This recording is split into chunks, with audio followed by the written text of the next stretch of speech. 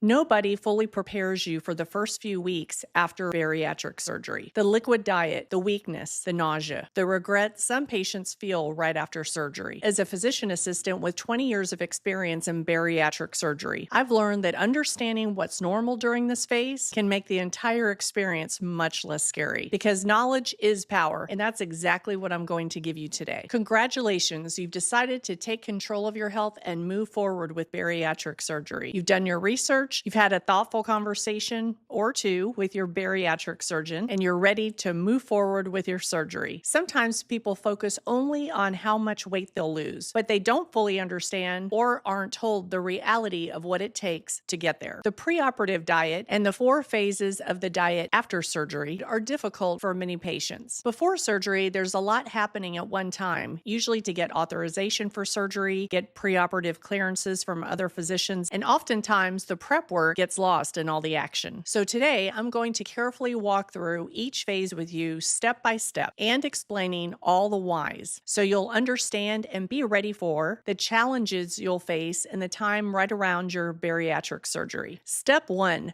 The pre-operative diet. Your bariatric surgeon will likely have you on a liquid diet for 2 weeks prior to your surgery. This will consist mostly of protein shakes and sugar-free liquids. Most patients who lost weight to qualify for surgery wonder why the pre-op diet is necessary. Sometimes they think this is just to help them lose more weight before the surgery, which is understandable. But while weight loss will happen, the reason a pre-operative diet is required is to help shrink your liver prior to the surgery date. During surgery, the patient is in a recumbent position, meaning lying back. In this position, the liver lies right on top of the stomach, which is why we use an instrument called a liver retractor to hold the liver up and off the stomach during surgery. When the liver is a smaller size, this is much easier to perform and makes the surgery technically less difficult for the surgical team. That's one reason the pre-op diet is so important. Losing weight in those last 2 weeks just prior to the surgery has shown to significantly decrease the size of the liver,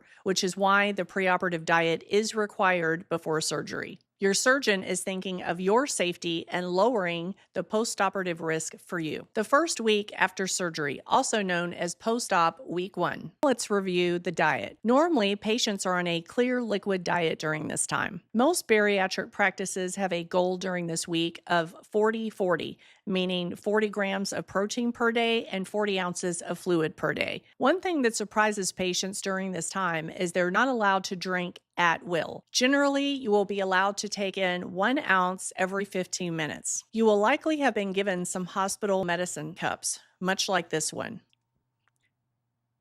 Now this is 1 ounce, and this is how much you'll be able to drink at one time. Your bariatric team will likely want you to log your fluid intake on a form just to keep track. Let's talk about logistics. You may go home immediately after surgery, or you may be required to spend 1 or more nights in the hospital, depending on your specific medical history and other issues. Most patients are off from work during this first week. This allows time for physical recovery and rest. But different bariatric practices may have different rules, so be sure to follow your surgeon's recommendations. Now, physical symptoms. It's normal to feel a little weak and tired right after the surgery, as your body is spending a lot of energy on the recovery process. However, severe fatigue, dizziness, or other issues should be addressed with your bariatric surgery team. You will likely have surgery wounds that will be covered with a sterile medical glue. This is there to help protect the wounds during the healing phase. As far as discomfort, most patients describe the soreness they feel after surgery as feeling like they did 100 sit-ups the day before. So nothing severe, just kind of general muscle soreness like if you overdid it in a workout. Often with standard laparoscopic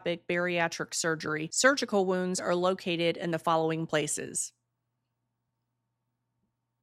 Patients are usually allowed to take a shower the day after surgery as long as they use a gentle, mild soap. But of course, follow your bariatric surgery team's recommendations. You may also have some nausea, which is normally mild, and this can happen as the stomach is getting used to its new surgical anatomy. Your bariatric team should advise on how to handle this, or sometimes we prescribe medication up front for you to take it home if needed when you experience nausea. It's important to follow your bariatric surgery team's recommendations as far as physical activity. activity, rest, fluid and protein intake, wound care, and other issues. Normally, patients do not need pain medication after the third day after surgery. By then, people are starting to feel a little bit better and are moving around more. The second week after surgery, or post-op week number 2. This week, patients are starting to feel a little bit better and moving around easier. Normally, bariatric patients advance to a full liquid diet during week 2. This means mostly full liquid protein shakes. Of course, your surgical team will review your personal goals with you. Many patients are happy to find out that they can finally drink at will during this week. However, most patients are cautioned to continue to take in small amounts of liquid at one time, as gulping or taking large amounts of fluids in can stretch the stomach and cause discomfort. Also, your protein and fluid intake goals may change during this time. Generally, patients are increased to 60-60, meaning 60 grams of protein goal per day and 60 ounces of fluids per day. It's also normal to feel a little emotionally overwhelmed. Your body is healing, your routine has changed dramatically, and many patients temporarily wonder if they made the right decision. I always tell my patients to hold on and don't give up hope, because you will feel significantly better as recovery progresses. Logistics. Many patients have their first post-op visit during this week. This allows your bariatric surgery team to check your vital signs, weight, protein and fluid intake, and also to take a look at your surgical wounds. Your bariatric dietitian will likely review your current protein and fluid intake with you. Most people are released to regular work during this time. It may be a full work release or light duty,